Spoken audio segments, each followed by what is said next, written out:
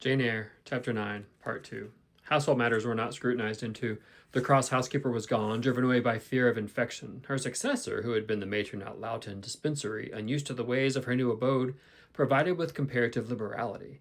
Besides, there were fewer to feed. The sick could eat little. Our breakfast basins were better filled.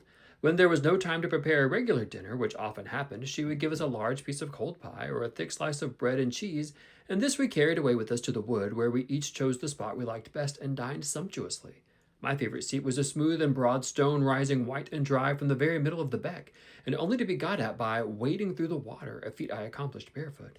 The stone was just broad enough to accommodate comfortably another girl with me, at that time my chosen comrade, one Mary Ann Wilson, a shrewd, observant personage whose society I took pleasure in, partly because she was witty and original, and partly because she had a manner which set me at my ease. Some years older than I, she knew more of the world and could tell me many things I liked to hear. With her, my curiosity found gratification. To my faults also she gave simple indulgence, never imposing curb or rein on anything I said. She had a turn for narrative, I for analysis. She liked to inform, I to question. So we got on swimmingly together, deriving much entertainment, if not much improvement, from our mutual intercourse. And where meantime was Helen Burns? Why did I not spend the sweet days of liberty with her? Had I forgotten her? Or was I so worthless as to have grown tired of her pure society? Surely the Mary Ann Wilson I have mentioned was inferior to my first acquaintance. She could only tell me amusing stories and reciprocate any racy or pungent gossip I chose to indulge in. While, if I have spoken truth of Helen, she was qualified to give those who enjoyed the privilege of her converse a taste of far higher things.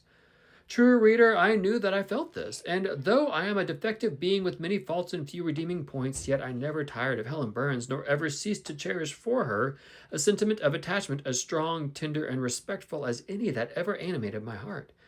But could it be otherwise when Helen at all times and under all circumstances evinced for me, a quiet and faithful friendship which ill humor never soured nor irritation ever troubled? But Helen was ill at present. For some weeks she had been removed from my sight to I knew not what room upstairs. She was not, I was told, in the hospital portion of the house with the fever patients, for her complaint was consumption, not typhus, and by consumption I, in my ignorance, understood something mild which time and care would be sure to alleviate. I was confirmed in this idea by the fact that on her once or twice coming downstairs on very warm sunny afternoons and being taken by Miss Temple into the garden, but on these occasions I was not allowed to go and speak to her. I only saw her from the schoolroom window, and then not distinctly, for she was much wrapped up and sat at a distance under the veranda. One evening in the beginning of June, I had stayed out very late with Mary Ann in the wood. We had, as usual, separated ourselves from the others and had wandered far, so far, that we lost our way and had to ask it at a lonely cottage where a man and woman lived who looked after a herd of half-wild swine that fed on the mast in the wood. When we got back, it was after moonrise. A pony, which we knew to be the surgeon's, was standing at the garden door. Mary Ann remarked that she supposed someone must be very ill, as Mr. Bates had been sent for at this time of the evening. She went into the house. I stayed behind a few minutes to plant in my garden a handful of roots I had dug up in the forest, and which I feared would wither if I left them out till morning. This done, I lingered yet a little longer. The flowers smelt so sweet as the dew fell. It was such a pleasant evening, so serene and warm, and the still glowing west promised so fairly another fine day on the morrow. The moon rose with much majesty in the grave east. I was noting these things and enjoying them as a child might, when it entered my mind that it had never done before. How sad to be lying now on a sick bed and to be in danger of dying. This world is pleasant, it would be dreary to be called from it and to have to go who knows where. And then my mind made its first earnest effort to comprehend what had been infused into it concerning heaven and hell. And for the first time it recoiled, baffled. And for the first time, glancing behind on each side and before it, it saw all around an unfathomed gulf. It felt the one point where it stood, the present. All the rest was formless cloud and vacant depth, and it shuddered at the thought of tottering and plunging amid the chaos. While pondering this new idea, I heard the front door open. Mr. Bates came out, and with him was a nurse. After she had seen him out and mount his horse and depart, she was about to close the door, but I ran up to her. "Is Helen Burns? How's Helen Burns?" "Very well," was the answer. "Very poorly," was the answer. "Is it her Mr. Bates has come to see?" "Yes." "And what does he say about her?" "He says she'll not be here long." This phrase, uttered in my hearing yesterday, would have only conveyed the notion that she was about to be removed to Northumberland to her own home. I should not have suspected that it meant she was dying, but I knew instantly now. It opened clear on my comprehension that Helen Burns was numbering her last days in the world, and that she was going to be taken to the region of spirits if such regions were there. I experienced a shock of horror, then a strong thrill of grief, then a desire, a necessity to see her, and I asked in what room she lay. She is in Miss Temple's room, said the nurse. May I go up and speak to her? Oh, no, child. It is not likely, and now it is time for you to come in. You'll catch fever if you stop out when the dew is falling. The nurse closed the front door, and I went by the side entrance, which led to the schoolroom. I was just in time. It was 9 o'clock, and Miss Miller was calling the pupils to go to bed.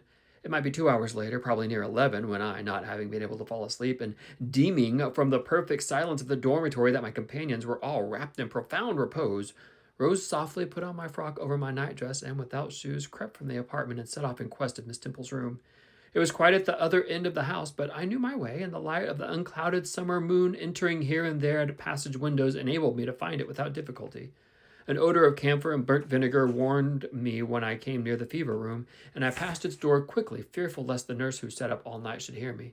I dreaded being discovered and sent back, for I must see Helen. I must embrace her before she died. I must give her one last kiss, exchange with her one last word.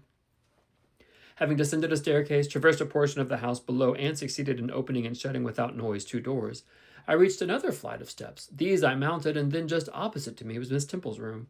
A light shone through the keyhole, and from under the door a profound stillness pervaded the vicinity. Coming near, I found the door slightly ajar, probably to admit some fresh air into the close abode of sickness. Indisposed to hesitate, and full of impatient impulses, soul and senses quivering with keen throes, I put it back and looked in. My eyes sought Helen and feared to find death. Close by Miss Temple's bed, and half covered with its white curtain, there stood a little crib. I saw the outline of a form under the clothes, but the face was hid by hangings. The nurse I had spoken to in the garden sat in the easy-chair, asleep. An unsnuffed candle burnt dimly on the table. Miss Temple was not to be seen. I knew afterwards that she had been called to a delirious patient in the fever room. I advanced, then paused by the crib side. My hand was on the curtain, and I preferred speaking before I withdrew it. I still recoiled at the dread of seeing a corpse. Helen, I whispered softly, are you awake? She stirred herself, put back the curtain, and I saw her face. Pale, wasted, but still composed. She looked so little changed that my fear was instantly dissipated. Can it be you, Jane? She asked in her own gentle voice. Oh, I thought, she's not going to die. They're mistaken. She could not speak and look so calmly if she were. I got onto her crib and kissed her. Her forehead was cold, and her cheek both cold and thin, and so were her hand and wrist, but she smiled as of old. Why are you come here, Jane? It is past 11 o'clock. I heard it strike some minutes since. I came to see you, Helen. I heard you were very ill, and I could not sleep till I had spoken to you. You came to bid me goodbye, then?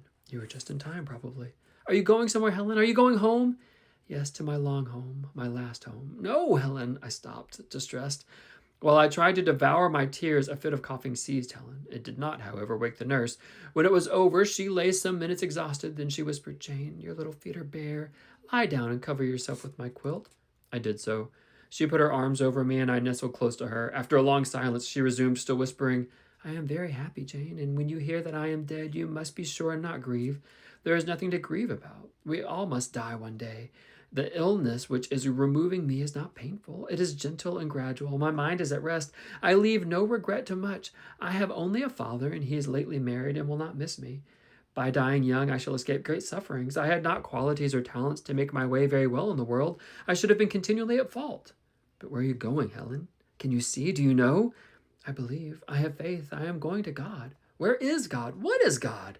My Maker and yours, who will never destroy what he created. I rely implicitly on his power and confide wholly in his goodness.